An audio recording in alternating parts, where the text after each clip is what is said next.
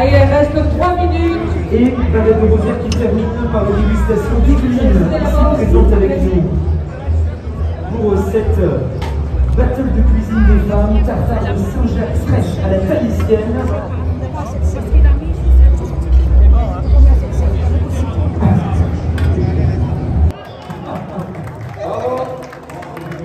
C'est terminé, on les applaudit évidemment.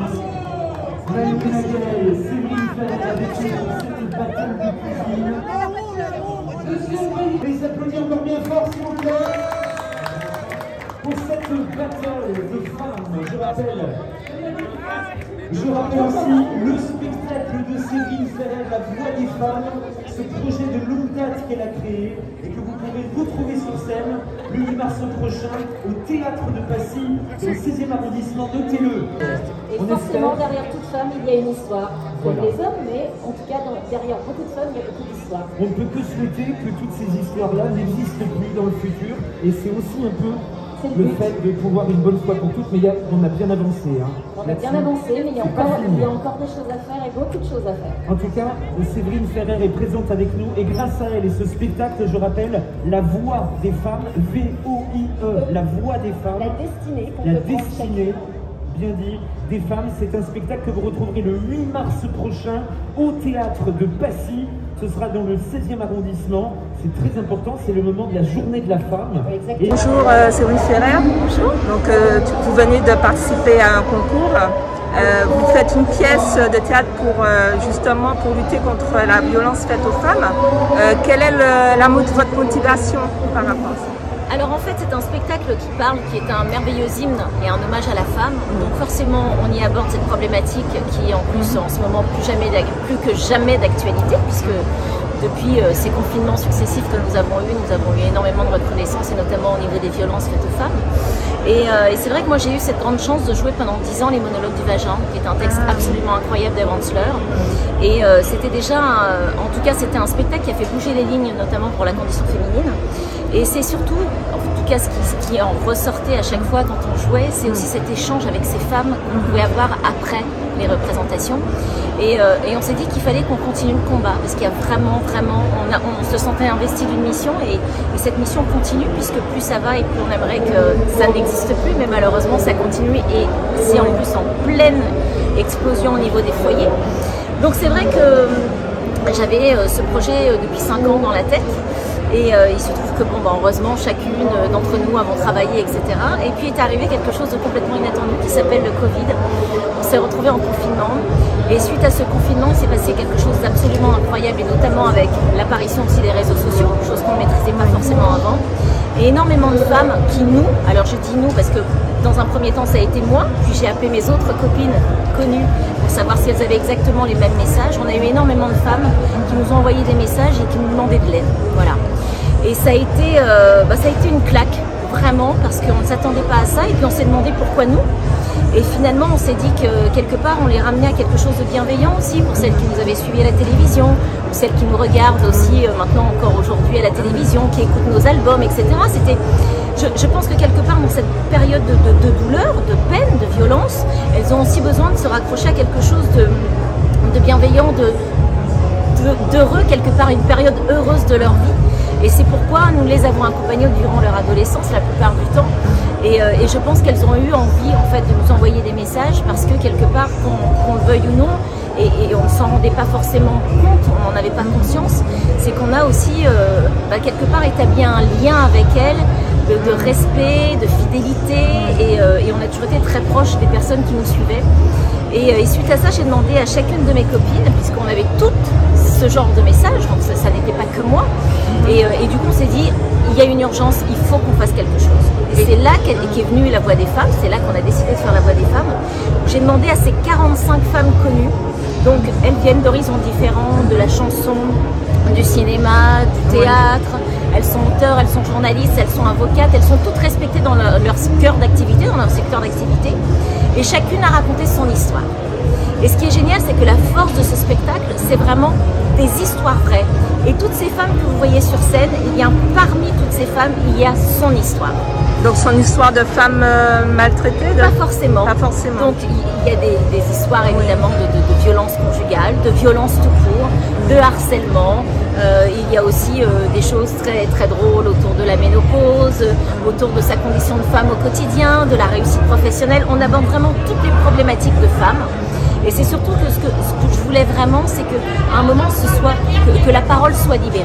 Voilà. Et il est essentiel que nous, du coup, et sans prétention aucune, on nous donne la possibilité de nous exprimer et on nous donne la possibilité de prendre cette parole. Or, ces femmes qui sont dans l'ombre, qu'on dit invisibles, c'est absolument horrible comme adjectif, mais qu'on dit invisibles, puissent elles aussi accéder à la parole. C'est pourquoi donc c'est une aventure, moi je la qualifie d'aventure théâtrale à dimension sociale et humaine. D'ailleurs, j'espère vraiment que ce projet pourra œuvrer aussi dans les dom-toms et pas que, aussi en Afrique, etc. Parce que ce qu'on voudrait, c'est vraiment aller chercher le témoignage et recueillir le témoignage de ces femmes qui sont dans l'ombre et qui ont tellement à raconter. C'est aussi une sorte de thérapie. Et moi, en tant que réunionnaise, je viens de l'île de la Réunion, et quand j'ai joué les monologues du vagin là-bas, je me suis rendu compte qu'il y avait énormément de souffrance et que la parole avait besoin d'être libérée. Et plus que jamais, on travaille justement, donc on met en place ce spectacle. Toutes les filles ont reversé leurs droits d'auteur à des associations, et ces associations vont aller dans différents pays pour recueillir la parole de ces femmes à travers des ateliers d'écriture qu'on met en place. Il y a beaucoup de femmes qui ont été violentées, qui ont peur de parler par représailles justement de leur conjoint. Bien justement, mais elles vont pouvoir s'exprimer, et ce qui est génial, c'est qu'on ne saura pas que c'est leur témoignage. Elles peuvent rester anonymes. Il n'y a aucune obligation de dire si c'est son histoire ou pas. D'ailleurs, sur scène, il y a des femmes, et pourtant qui sont très connues, qui n'ont pas eu envie de défendre leur texte et qui le prêtent à quelqu'un d'autre. Et ça lui donne une toute autre dimension aussi. Il y a celles qui décident de l'assumer complètement et qui l'assument, et il n'y a pas de problème, il n'y a pas de souci. Mais il y a aussi celles qui veulent rester, qui veulent que ça ne se sache pas et que ça reste à une sphère intime. Et donc du coup, elles partagent leur histoire, mais sans qu'on sache que c'est leur histoire à elles. Et c'est exactement la même chose pour toutes ces femmes qui vont témoigner. Et si elles en émettent l'envie à un moment, on leur permettra aussi de monter sur scène avec nous. Mais encore faut-il que ça vienne d'elles.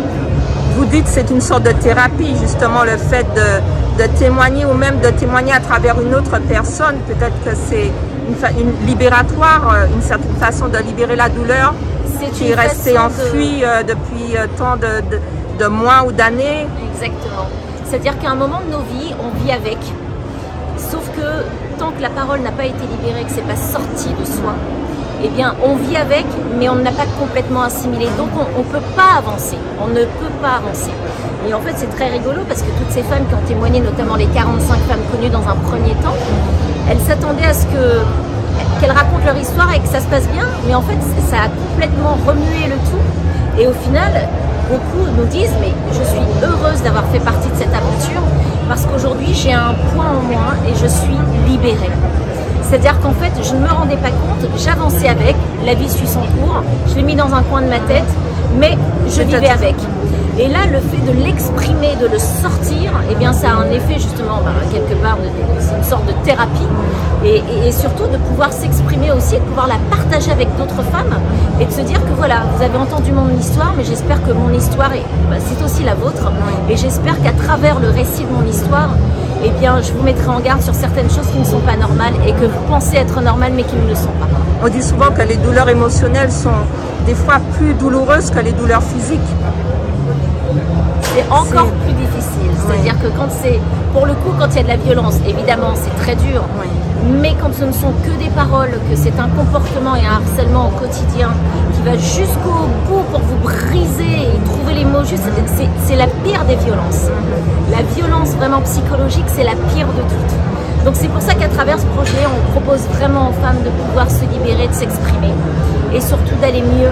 Ce qu'on aimerait, c'est qu'elles aillent mieux, qu'elles puissent avancer en toute sérénité et qu'elles se disent « Ok, ça m'est arrivé, mais regardez, ces femmes qui sont là, que j'admire pourtant, eh bien elles sont toujours debout et pourtant elles ont vécu la même chose que moi. » Voilà, c'est vraiment notre souhait, c'est de pouvoir leur dire « Voilà, vous avez vécu ça, mais on peut s'en relever. » Merci. Et là, vous êtes au 7e salon de la gastronomie d'outre-mer organisé par Babette de Rosière.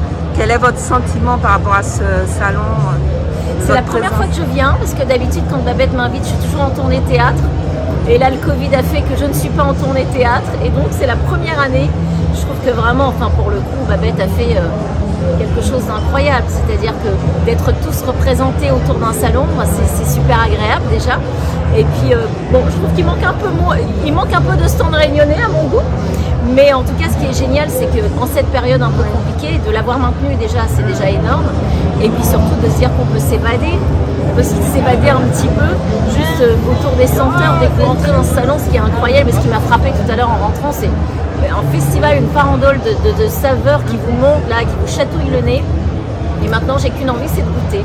Oui. Et justement, parlant de goûter, vous venez de sortir d'un concours, vous avez participé à un concours. C'était une battle, c'était un des voix des femmes avec les femmes, entre femmes. Au niveau cuisine, vous êtes une habituée Moi, c'est une deuxième passion, hein, la cuisine. Je cuisine pour mes amis, je cuisine avec le cœur, c'est ce que je dis tout le temps. Donc, c'est de façon instinctive. Ben, merci beaucoup. Hein. Merci à vous. Merci.